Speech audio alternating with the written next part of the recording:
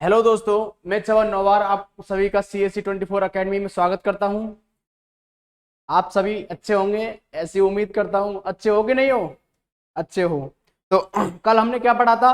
कल हमने पढ़ा था बेटा, यहां तक पढ़ा था कि प्रॉपर्टी ऑफ चार्ज और प्रॉपर्टी ऑफ पॉजिटिव चार्ज और नेगेटिव चार्ज, इन दोनों की प्रॉपर्टी क्या होती है, चार्ज क्या होता है, इन दोनों के बीच में लगने वाला फोर्स क्या होता है। और हमने कल पढ़ा था, इनमें भी अंतर पढ़ा था कि बेटा ग्रेविटेशनल फोर्स में और जो हमारा इलेक्ट्रोस्टैटिक फोर्स क्या होता है, आप 12th क्लास में पढ़ोगे। इलेक्ट्रोस्टैटिक फोर्स वो होता है बेटा, अगर दो चार्जों के बीच में जो भी फोर्स लग रहा है, जैसे दो चार्जों के बीच में कैसे लग रहा है, मैंने आपको कल ही बताया था कि अगर चार्ज रिपल कर रहे हैं तो भी फोर्स लग रहा है, और चार्ज अगर अट्रैक्ट कर रहे हैं तो भी कोई ना कोई फोर्स लग रहा है। अट्रैक्ट और रिपल्सन का कारण कर रहे हैं बेटा, कोई ना कोई फोर्स के कारण। रिपल्सन भी कोई ना कोई फोर्स के कारण कर रहे हैं, उसी फोर्स को बोलते हैं इलेक्ट्रोस्टैटिक फोर्स।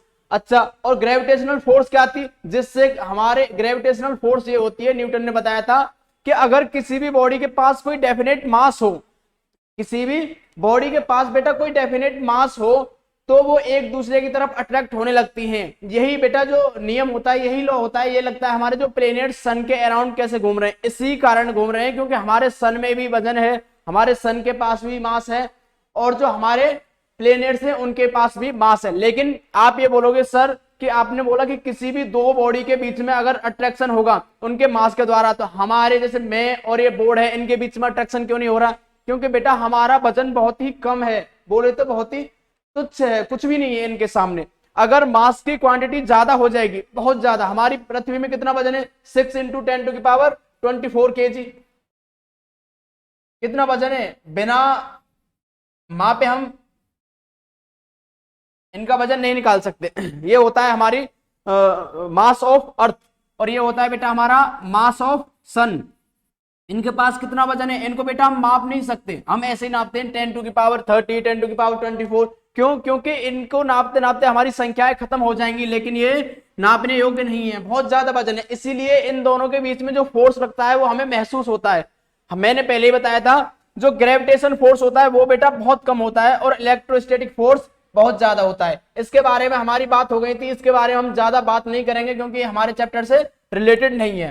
तो मैंने एक बार दोबारा रिकॉल करा देता हूं आपको कि कल क्या कराया था, क्या नहीं कराया था।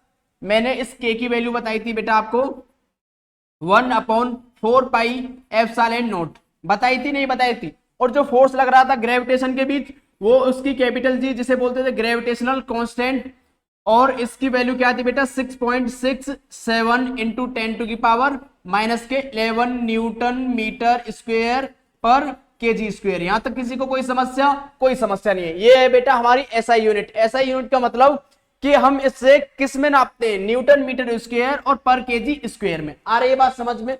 मेरे हिसाब से आप 9th क्लास अच्छी तरह से पढ़ के आए हो, आपको एसआई यूनिट की वैल्यू समझ में आती होगी कि एसआई यूनिट होता क्या है। चलो ज्यादा बात ना करते हुए अपन चलेंगे आगे, ठीक है? देखो, इलेक्ट्रिक चार्ज के बारे में हम बात कर रहे थे। इलेक्ट्रिक चार्ज के बारे में क्या बात हुई थी कि अगर इलेक्ट्रिक चार्ज बेटा एक जैसे हैं, अगर क्या है लाइक चार्ज है तो वो रिपल करेंगे, और अनलाइक चार्ज है तो बेटा क्या करेंगे, अट्रैक्ट करेंगे। यही खासियत थी। अच्छा, अब चार्जों के बारे में थोड़ा पढ़ लेते हैं। मैंने आपको पहले ही बताया था कि चार्ज की खोज किसने की थी, कूलाम ने। कूलाम को सारा का सारा इसका श्रेय जाता है।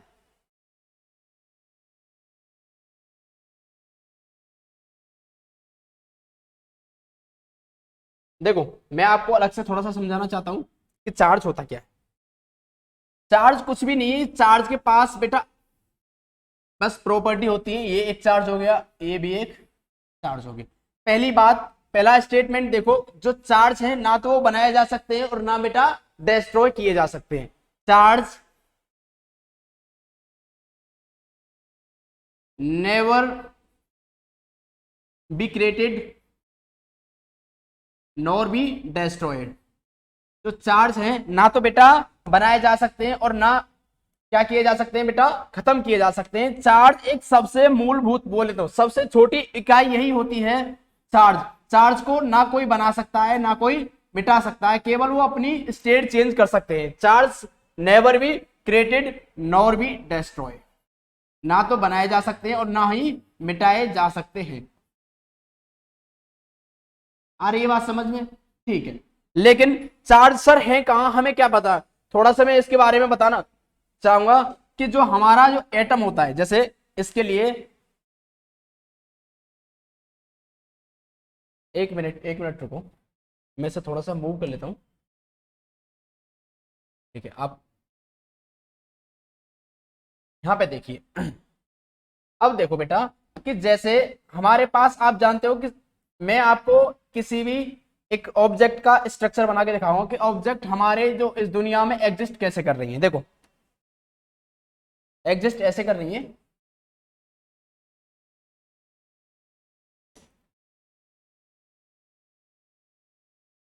देखो कि सबसे अंदर होता है हमारा न्यूक्लियस। ठीक है, न्यूक्लियस के बाहर बेटा होती है हमारी रिंग। क्या होती है?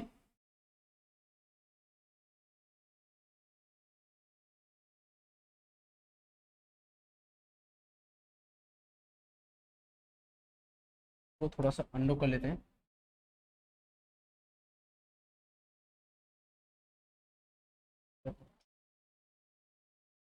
ऐसे बना लो। ठीक है, ऐसे बना लो ऐसे। चलो मैं हाथ से ही बना देता हूं, कोई समस्या नहीं है इसमें।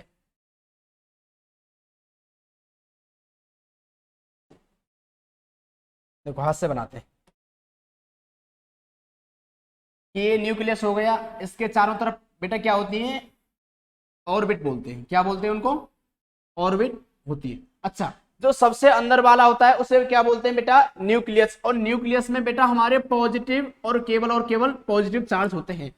उसमें तो होते हैं, एक होता है प्रोटॉन और एक होता है बेटा न्यूट्रॉन।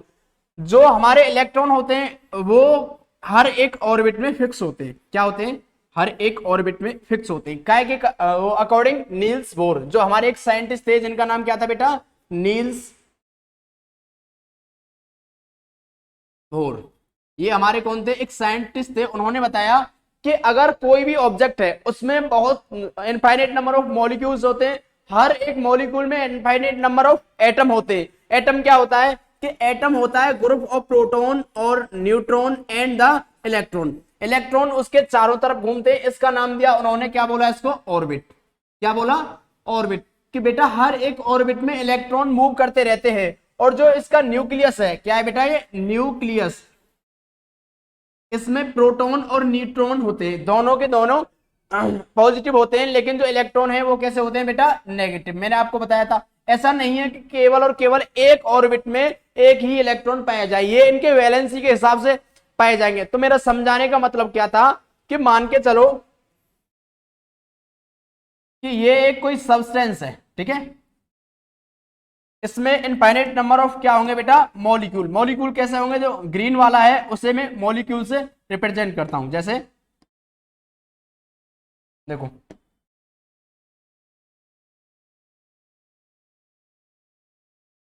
ये क्या है बेटा? मॉलिक्यूल। क्या है? किसी भी सब्सटेंस में इनफाइनाइट नंबर ऑफ मॉलिक्यूल, और हर एक मॉलिक्यूल में बेटा क्या होते हैं? एटम। कितने एटम होते हैं? इनफाइनाइट नंबर ऑफ एटम होते हैं। जैसे ये एटम हो गया, ये एटम हो गया, ये एटम हो गया, बहुत होते हैं, बहुत सारे इनफाइनाइट, जो गिनने के योग्य नहा हो।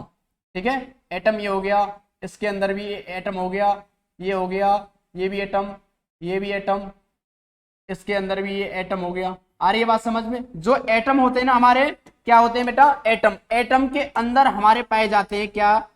एटम के अंदर पाए जाते हैं हमारे चार्ज। और चार्ज कैसे फिक्स होते हैं? जो पॉजिटिव चार्ज होते हैं, जिनको अपन बोल रहे थे प्रोटॉन और न्यूट्रॉन, वो इसके अंदर होते हैं, और इसके चारों तरफ क्या घूमते हैं बेटा? इलेक्ट्रॉन। जैसे प्रोटॉन और न्यूट्रॉन, और इसके चारों तरफ क्या होते हैं बेटा? इलेक्ट्रॉन। ये हो गया तुम्हारा इलेक्ट्रॉन। आ रही बात समझ में? ये एटम हो गया, ये क्या हो गया? मॉलिक्यूल। क्या बोलेंगे इसे? मॉलिक्यूल। और ये क्या हो गया बेटा? मॉलिक्यूल। सारे के सारे मॉलिक्यूल हैं, और इनके अंदर बेटा हर एक क्या है? एटम। क्या है ये? एटम। और एटम को जूम आउट करके देखें तो एटम ऐसा होगा, इनके अंदर क्या होंगे? चार्ज। तो हर एक चीज आप जान सकते हो कि चार्ज से बनी हुई है। चार्ज से एटम बने हैं, एटम से मॉलिक्यूल बने हैं, और मॉलिक्यूल से कोई ना कोई सब्सटेंस बनी है। आ रही है बात समझ में? कोई समस्या नहीं। अगर सब्सटेंस बनी है, अगर मैं बेटा ये चार्ज को ही ना मानू, ये अगर चार्ज ना हो, तो क्या कोई भी सब्सटेंस बन सकती है इस पृथ्वी पे? या बोलो पूरे यूनिवर्स में कोई भी चीज एग्जिस्ट कर सकती है?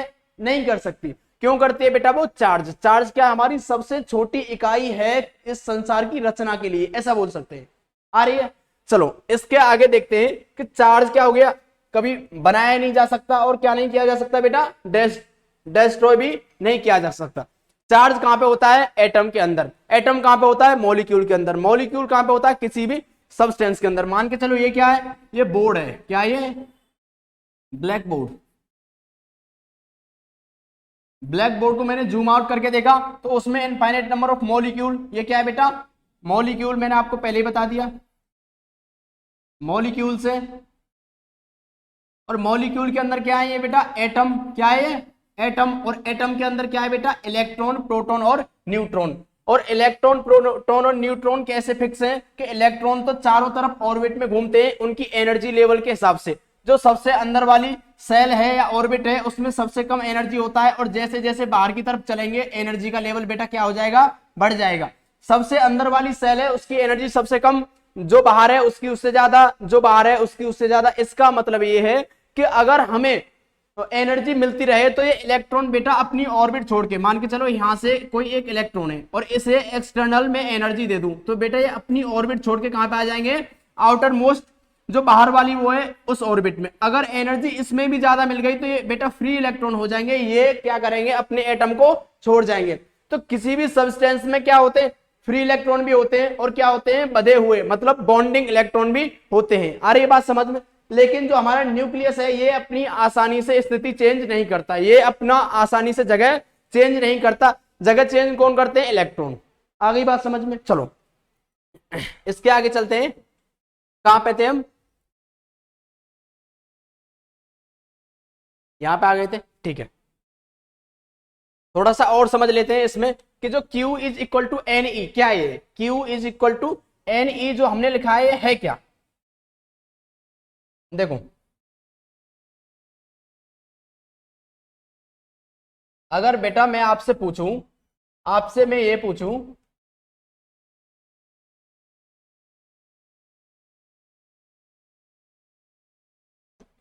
कि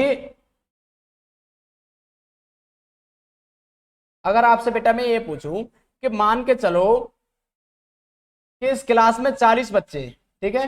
कितने? 40 बच्चे, और प्रत्येक का वजन, हर एक बच्चे का वजन 40 किलो है। कि इस क्लास में नंबर ऑफ चिल्ड्रन कितने? 40, ठीक है। प्रत्येक का वजन कितना है? क्या? वेट ऑफ ईच चिल्ड्रन, ठीक है? ईच स्टूडेंट लिख लो, वेट ऑफ ईच स्टूडेंट। तो मैं आपको पूछूं कि बेटा इस क्लास में मैग्नीट्यूड कितना है, टोटल मैग्नीट्यूड कितना है? तो आप बोलोगे सर कि 40 तो बच्चे हैं। क्या है? 40 बच्चे, और 40 बच्चों का 40 किलो वजन है। तो क्या ये बेटा n नहीं हो गया? ठीक है। और ये क्या नहीं हो गया? ये वेट ऑन ईच इलेक्ट्रॉन। क्या हो गया? ये वेट ऑन ईच इलेक्ट्रॉन। आ रही है बात समझ में? आप क्या बोलोगे सर कि जो टोटल मैग्नीट्यूड होगा वो कितना होगा? 1600 kg। आ रही है बात समझ में? कोई समस्या? कोई समस्या नहीं आती। मैंने पूछा कि बेटा आपकी क्लास में मान के चलो 40 स्टूडेंट हैं और प्रत्येक स्टूडेंट का ये क्या है? Weight of each student is 40 kilo. कितना है ये? 40 किलो। मैं आपसे बोलूं बेटा टोटल मैग्नीट्यूड कितना होगा? सर आप बोलोगे कि एक बच्चे का 40 किलो है तो 40 बच्चों का 40 किलो निकालेंगे तो कितना आएगा? 1600 किलोग्राम। आगे बात समझ में? तो अब देखो इसमें क्या होता है। इसमें ये होता है बेटा कि मान के चलो मैं पूछूं कि मेरे पास एक इलेक्ट्रॉन है, मेरे पास क्या है बेटा? इलेक्ट्रॉन है, और उसका चार्ज आप सभी जानते हैं कितना होता है? 1.6 इंटू 10⁻⁻19 कूलाम। कूलाम क्यों लगाया? ये ऐसा यूनिट है क्योंकि कूलाम ने इसकी खोज की थी। क्या की थी बेटा? जो इसकी खोज का श्रेय जाता है किसको जाता है? कूलाम को। किसको जाता है बेटा? कूलाम को। तो मैं इसके सामने लिख दूं कूलाम। ये क्या होता है बेटा? Charge on each electron. क्या होता है? Charge on each electron. हर एक इलेक्ट्रॉन पे बेटा सेम चार्ज होता है, अलग अलग चार्ज नहीं होता। चार्ज ऑन ईच इलेक्ट्रॉन कितना होता है? 1.6 इंटू 10⁻⁻19। लेकिन हम इसे माइनस लगा देते हैं। माइनस का मतलब ये नहीं कि चार्ज की वैल्यू नेगेटिव में, चार्ज की वैल्यू बेटा कभी नेगेटिव में हो ही नहीं सकती। क्यों नहीं होगी? कि सर अगर नेगेटिव में चार्ज की वैल्यू कैसे हो सकती है, क्यों 1.6 इंटू 10 टू की पावर माइनस के 19। इसका मतलब ये नहीं है कि जो माइनस है ये माइनस में चली गई इसकी वैल्यू, जो माइनस के 19 है वो बेटा ये शो कर रहा है कि बहुत ज्यादा छोटी है। मतलब इसे मैं लिखूं तो 1/10 के पीछे 19 जीरो, कितनी बेटा 19 जीरो, इसके पीछे 19 जीरो। तब इससे अगर मैं डिवाइड दूं जो भी वैल्यू आएगी बेटा वो ऐसे ऐसे ऐसे आएगी। तो नेगेटिव में तो नहीं आई, 19 जीरो के 18 जीरो के बाद 1 लगा देना, इतनी वैल्यू आएगी इसका मतलब। और उसको 6 से मल्टीप्लाई करना तो चार्ज निकल आएगा 1 इलेक्ट्रॉन पे। ठीक है, तो वैल्यू नेगेटिव नहीं है इसकी, क्या है बेटा पॉजिटिव वैल्यू है। तो कितनी है इसकी 1.6 इंटू 10 टू की पावर माइनस के 19 कूलम। ठीक है, अब इसके बाद देखो कि हर एक इलेक्ट्रॉन पे अगर 1.6 इंटू 10 टू की पावर माइनस के 19 कूलम चार्ज है, तो मैं क्या बोल सकता हूं कि मैं कितने भी नंबर ऑफ चार्ज की वो निकाल सकता हूं मैग्नीट्यूड, कि जैसे 50 इलेक्ट्रॉन है मेरे पास, कितने बेटा 50 इलेक्ट्रॉन, ये क्या हो गए नंबर ऑफ चार्ज, 50 इलेक्ट्रॉन है, क्या हो गए बेटे नंबर ऑफ चार्ज। अच्छा, और जो प्रत्येक पे बेटा क्या है इलेक्ट्रॉन पे, प्रत्येक पे चार्ज कितना है 1.6 इंटू 10 टू की पावर माइनस के 19। तो क्या मैं टोटल इसका मैग्नीट्यूड निकाल सकता हूं, सर निकाल सकता हूं। क्या होगा कि टोटल मैग्नीट्यूड के क्या करेंगे Q is equal to N E, क्या होगा Q is equal to N E. N क्या है बेटा यहाँ पे नंबर ऑफ चार्ज, क्या है बेटा ये नंबर ऑफ चार्ज, और जो E क्या है बेटा चार्ज ऑन ईच इलेक्ट्रॉन, ये क्या है चार्ज ऑन ईच इलेक्ट्रॉन। ठीक है, अब देखो एग्जाम्पल देखो इसका, एग्जाम्पल ये है कि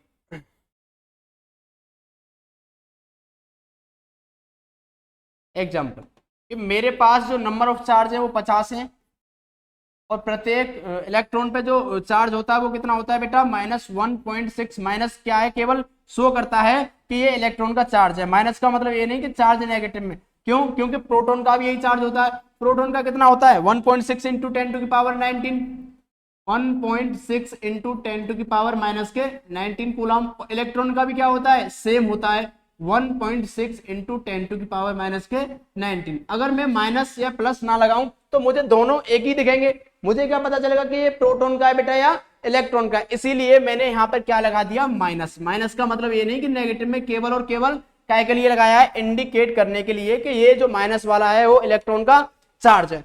मेरे पास 50 चार्ज है, प्रत्येक का कितना बेटा 1.6 इंटू 10 टू की पावर माइनस के 19 कूलम। क्या मैं टोटल मैग्नीट्यूड निकाल सकता हूं? आपने बोला सर बिल्कुल निकाल सकते हो। कैसे कि Q is equal to N E. N क्या है number of charge, Q is equal to number of charge कितने 50 इंटू ई क्या है charge on each electron 1.6 into 10 to की पावर माइनस के 19। आ रही है बात समझ में? कोई समस्या नहीं। पॉइंट यहां से जाएगा, नीचे 0 आ जाएगी और ये 5 बार कैंसिल आ गया। ठीक है, कितना आएगा ये 80 इंटू, या फिर 80 ना लिख के इसे ऐसे लिख देंगे हम 8 इंटू 10, ठीक है, इंटू 10 टू की पावर माइनस के 19। इससे 0 से 1 ये कैंसिल हो गई पावर। ठीक है, तो क्या लिख देंगे 8 इंटू 10 टू की पावर के माइनस के 18 कूलम चार्ज है। टोटल मैग्नीट्यूड कितना है 8 इंटू 10 टू की पावर माइनस के 18 कूलम, वो है मैग्नीट्यूड। आगे बात समझ में? इससे आगे मुझे बताओ कोई समस्या, यहां पर किसी को कोई दिक्कत आ रही हो तो बता सकता है। अब देखो इसका ही रूप देख लो कि Q is equal to N E क्या था।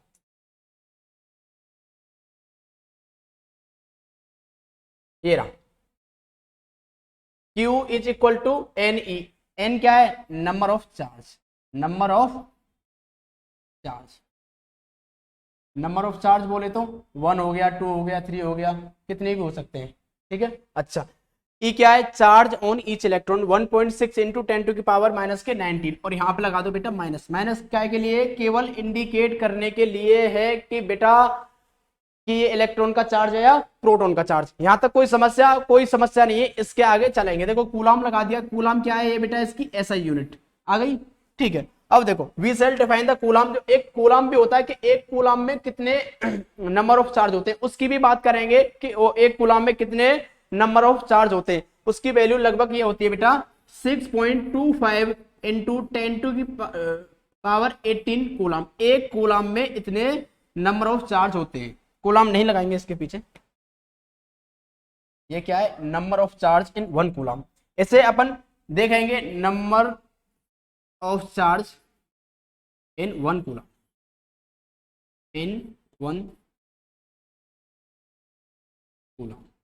ये इसकी क्या है बेटा, वैल्यू है। इसे मैं ड्राइव करूंगा, एग्जैक्ट यही वैल्यू आएगी, इसमें कोई दिक्कत नहीं। अगर ये समझ में ना आया हो ना ये वाला कि कूलाम क्या होता है, तो कूलाम को समझेंगे हम, कोई समस्या नहीं है। अगर समझ में आ जाए तो ये वैल्यू याद कर लेना, वरना मैं इस वैल्यू को निकाल के दिखाऊंगा तब देख लेना।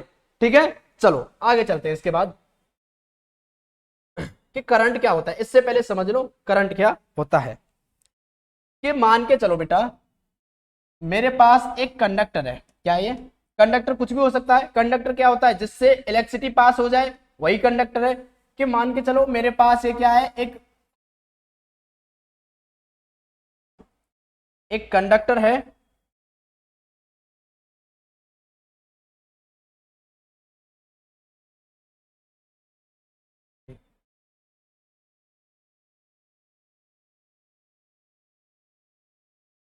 और कंडक्टर बेटा कैसा है, कंडक्टर क्या होता है, जो बिजली और हीट को अपने से क्या कर दे, पास कर दे, वही कंडक्टर है। एक वायर है, और वायर को मैंने कैसे लिख दिया बेटा, जूम आउट करके। आ रही है बात समझ में, वायर को मैंने जूम कर दिया है। और ये क्या है बेटा, सुपर कंडक्टर है। ये इलेक्ट्रिसिटी को अपने आर पार पास कर देगा। ठीक है, अब यहां तक किसी को कोई समस्या नहीं है। कंडक्टर हो गया ये। ठीक है, अगर मान के चलो मैंने इससे कोई वायर लगा दिया, क्या लगा दिया बेटा, इससे कोई बैटरी कनेक्ट कर दी मैंने, और बैटरी कनेक्ट करके इसमें बैटरी में क्या होगा, वोल्टेज हो गए। जैसे ये हो गया माइनस और ये हो गया प्लस। ये क्या है बेटा, बैटरी। बैटरी क्या होती है, सोर्स ऑफ एनर्जी। मतलब जो इसमें इलेक्ट्रॉन उत्पन्न होंगे, जो इसमें इलेक्ट्रॉन स्थित होंगे, उनको क्या करेगी, एनर्जी देगी, जिससे क्या होंगे, इलेक्ट्रॉन हमारे फ्लो करना स्टार्ट हो जाएंगे। जैसे ही बेटा ये बैटरी सेटअप होगी, सोर्स ऑफ एनर्जी यहाँ पर सेटअप होगा, तो क्या हो जाएगा, इलेक्ट्रॉन बेटा पास होने लग जाएंगे, एक जगह से दूसरी जगह अपनी पोजीशन चेंज करने ले जाएंगे।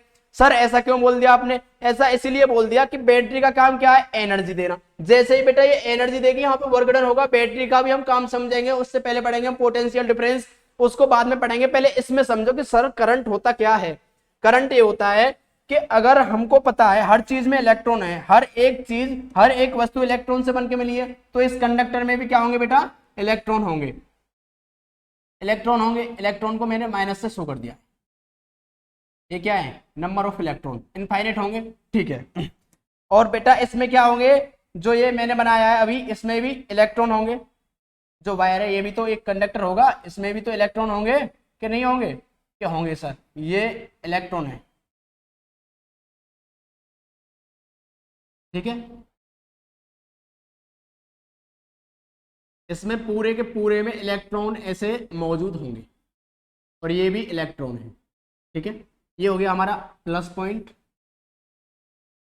ऐसे जाएगा, और ये माइनस हो गया, ऐसे माइनस से कनेक्टेड है। ठीक है, ये इलेक्ट्रॉन हो गए, इसमें पूरे के पूरे इलेक्ट्रॉन प्रोड्यूस होंगे। हर एक चीज में इलेक्ट्रॉन है। इलेक्ट्रॉन को ऐसे मत समझना कि सर इसमें है इसमें नहीं है, ये इलेक्ट्रॉन है। और जैसे ही मैंने सोर्स ऑफ एनर्जी, ये क्या करेगी, एक बैटरी होती है, और बैटरी इसमें क्या करेगी, एनर्जी लगाएगी। और जैसे ही एनर्जी करेगी, तो जो इलेक्ट्रॉन है, जो ये हमारे सारे के सारे इलेक्ट्रॉन है, ये मूव होना स्टार्ट हो जाएंगे। ये इलेक्ट्रॉन इधर मूव होना स्टार्ट हो जाएगा, ये वाला बेटा इधर मूव होना, ये वाला इधर, और ये वाला इधर। मतलब ये क्या हो जाएंगे, डिस्प्लेस होना स्टार्ट हो जाएंगे। आ रही है बात समझ में, ये इलेक्ट्रॉन इसकी जगह पे पहुंच जाएगा, ये इसकी पे, ये इसकी पे, ये इसकी पे, ऐसे ये एक दूसरे की जगह को क्या कर देंगे बेटा, रिप्लेस कर देंगे, और बोले तो डिस्प्लेस करते चले जाएंगे। ये यहाँ पे पहुंच जाएगा, ये यहाँ पे, ये वाला यहाँ पे, ये वाला यहाँ पे, ऐसे के ऐसे सारे में पहुंच जाएंगे। ठीक है, ज्यादा बनाने की कोई दिक्कत नहीं है। अगर मैं इसे थोड़ा सा गंदा लग रहा है डायग्राम, मैं से मिटाता हूँ अभी।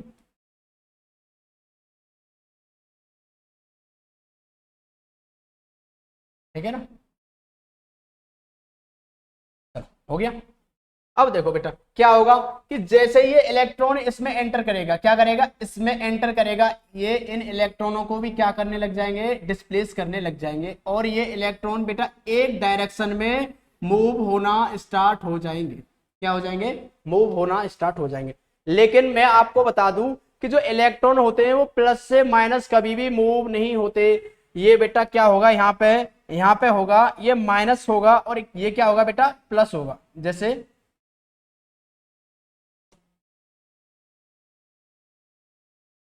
ये माइनस होगा और ये प्लस होगा। अभी करंट की डायरेक्शन और उसकी डायरेक्शन बेटा, इलेक्ट्रॉन की डायरेक्शन मूव इन की दोनों अलग अलग होती है, उसे भी अपन बात करेंगे, अच्छे से चर्चा करेंगे। ये हो गया हमारा प्लस और ये होगा हमारा माइनस। जो हमारे इलेक्ट्रॉन मूव करेंगे माइनस से प्लस की ओर करेंगे। कहां पे बेटा, माइनस से और प्लस की ओर पे मूव करेंगे। यहां तक किसी को कोई समस्या नहीं आनी चाहिए। अब देखो जैसे बेटा ये इलेक्ट्रॉन मूव करेंगे तो यहाँ पे क्या बन जाएगी, करंट बन जाएगी।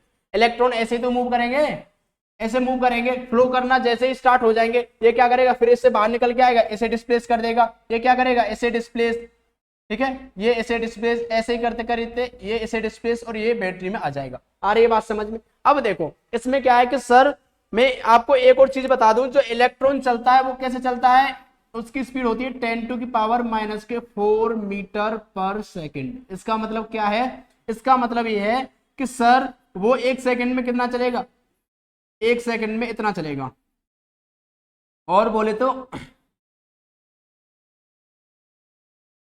इतना चलेगा। सॉरी,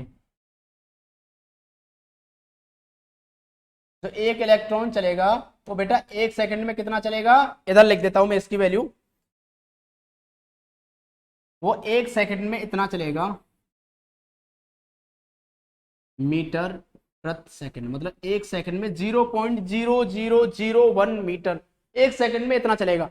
अब आप बोलोगे सर जब इलेक्ट्रॉन की स्पीड इतनी कम है तो बेटा इसकी लाइट की सर बहुत होती है, आप क्या करते हो, बल्ब जलाते हो, बल्ब जलाते क्या हो जाता है, अपना पूरा कमरा रोशनी से भर जाता है।